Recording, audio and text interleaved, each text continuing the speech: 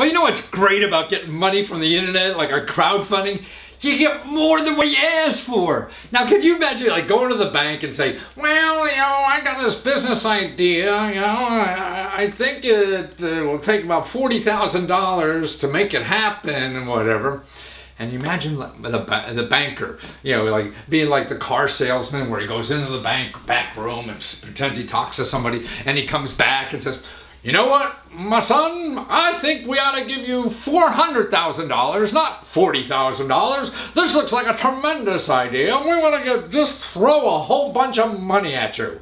That's never going to happen. But it happens in crowdfunding. That's what happened. This next interview, you see this guy had an idea for a foldable booster seat. Okay, so those booster seats that the kids have to have because the strap on the booster seat, on the strap on the car, for the shoulder strap, the seat belt, it comes up too high. So they have a booster seat so the child goes up so they don't, choke to death in an accident. And so he invented a booster seat, folds up and puts it in his pocket. Take it anywhere. So imagine you can put this in the child's knapsack when they go somewhere, and maybe they're carpooling somewhere, or going to play soccer, and somebody else's car, and you don't think they have enough booster seats. I've got a booster seat. Or your booster seat you stick in your glove compartment. You don't have to worry about it instead of having the 4 booster seats in your car because you're always worried about 4 kids coming. No, it solves all that problem. And what's neat about when you see these ideas that are coming out now, they're not by some big company. You used to have to wait for, Fisher Price or some big Fortune 500 company to come up with all these ideas, and they take years to develop because these big bureaucracies. Now it's a guy in a garage says, hey, I can do that, and he goes on the internet, gets money, and it's there. In a few months, you got your booster seat, your idea, and it's usually from a personal need. All these ideas, somebody is, and you watch his story, and he'll tell you, actually, he's living in the United Kingdom now, in UK, England, but he was in New Jersey and driving kids around, carpooling and all that in the van.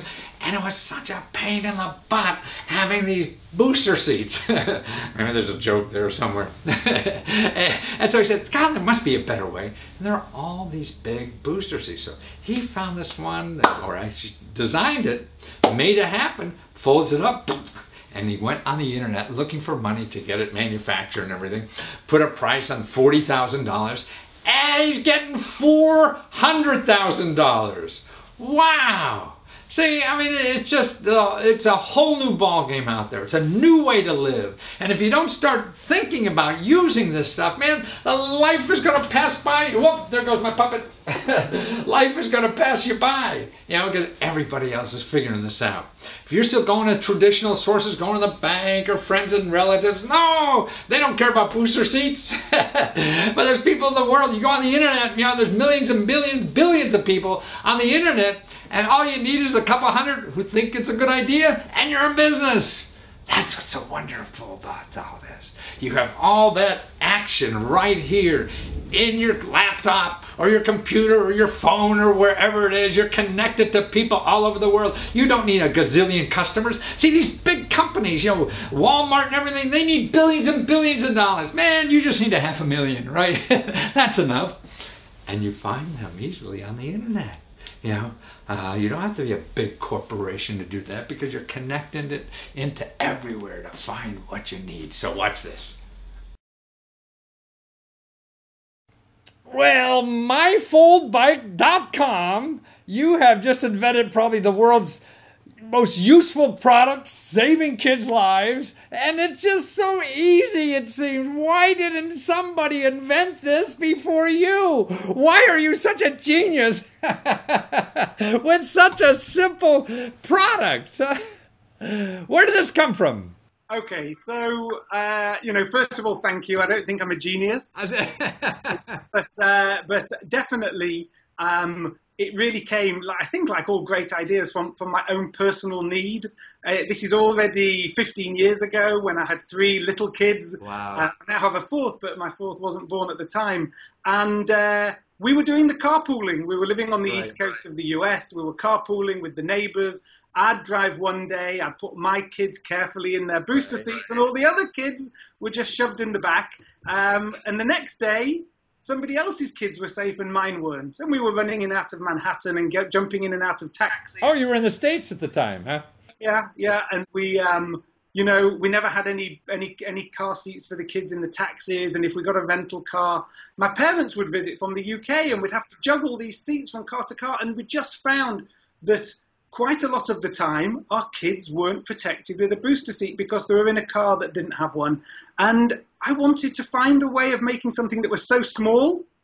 So we're talking about a booster seat. I don't think I said that yet. So this is a kid's booster seat that you could put in your pocket, right? Well, definitely. So look, I like to do a little side-by-side comparison. Yes. Okay. Go ahead. Yeah. So I have over here. This is a regular booster seat. Right. Okay. Right. So that lifts the kid up high enough to get on the straps. What we're talking about is this. Ah, wow. You could put that in your purse wherever you go. Grab and go booster seat. It's more than 10 times smaller than a regular booster seat. It's just as safe. Wow. And really, so what does this do now? I mean, the other one makes you higher, makes the kid higher, so this, you know, the strap isn't across his mouth, right? Exactly that. You know, you put a little kid in a regular car seat with an adult seatbelt, and they're fastened it. And there's two problems actually. Everyone knows that the seatbelt's in the face or the neck, and it's uncomfortable. The kid puts it under their arm or around the back, which, by the way, is really bad. But one of the bigger problems is the lap belt. Instead of it being on the bones of the hips, it's high up on the stomach.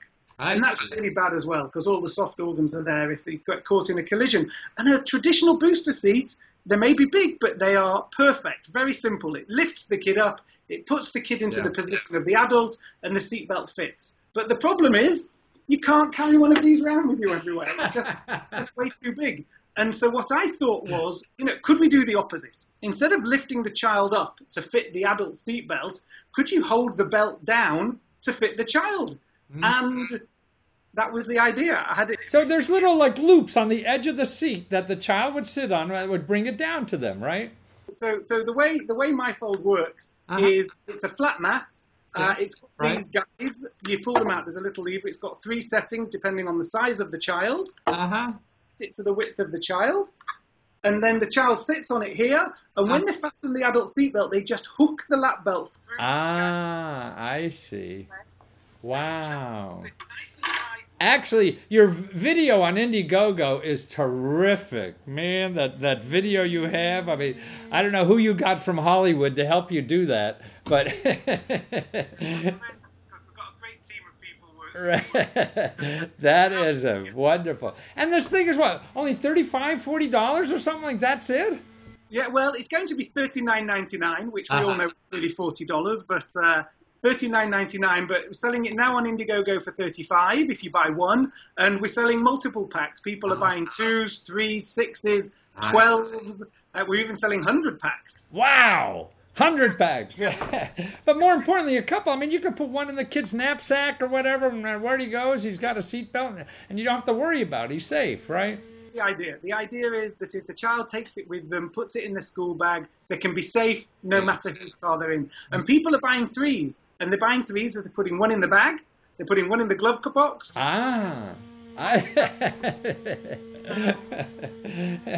So instead of having a bottle of scotch in your glove compartment, you should have the safe one of these in your... It's small enough that you can get some good scotch and the... And you got money left over to do that. Yeah, I mean, these must be a fraction of the cost of the booster. I don't know what booster seats are, but they're certainly a lot more than this stuff, right? Look, you can go to Costco when they're stacking them high, and you can get something very cheap. Yeah. But this is not expensive. You know, this isn't $100 plus. I know, that's what I mean. With $35, this is neat, so it's easy to have a bunch. And then plus now you said, because you sold so many of these things, I mean, you blew this out of the water in 3 hours on Indiegogo, didn't you? You made your quota.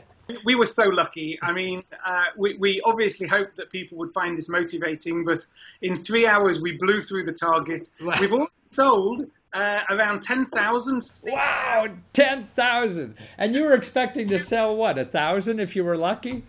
that was it. That's what we thought. But we've sold in 62 countries, and the beauty of Indiegogo, of crowdfunding, is you can sell to people all over the world. All over the world. And it's just been a wonderful experience for us, and true validation that people really do want. Well, that's the most important. But also, as a marketing or business guy, now you don't have to hire a big international sales force because they all came to you. It's not just the customers coming. I mean, we've been approached by distributors in countries all over the world who are saying, they'd like to represent us in those countries, which again, when you think about the process you'd normally go through as a business to do that, to get the message out and to identify people and to interest them, people are coming to us.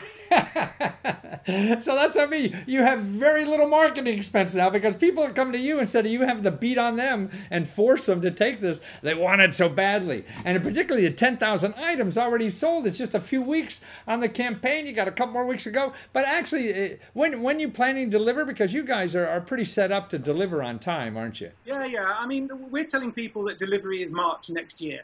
That's terrific. By the end of the campaign, it's 7 months away. Right. And we're fairly confident that we're going to do this. We're not one of those campaigns that actually is using the money that we're raising now to deliver the product. We're an established company. We have money from our investors before we went for the Indiegogo campaign. And so we're just on track to deliver this. So you were set that you already could throw the switch before you started the campaign. You just want to know how big the switch should be. We just wanted to make sure that we were making enough and not too many. And now you got to make more. Our first production run is going to be 5 production runs. Right.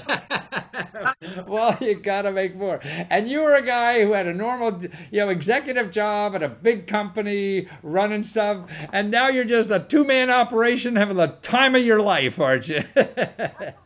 Something like that, yeah. I mean, I've worked for some of the biggest companies in the world, all over the world, and those kind of jobs are wonderful and exciting. But here, we're taking something that we thought of, we're bringing it to market, we're getting instant validation from the crowd out there who are telling us what they like about it and what they don't like about it.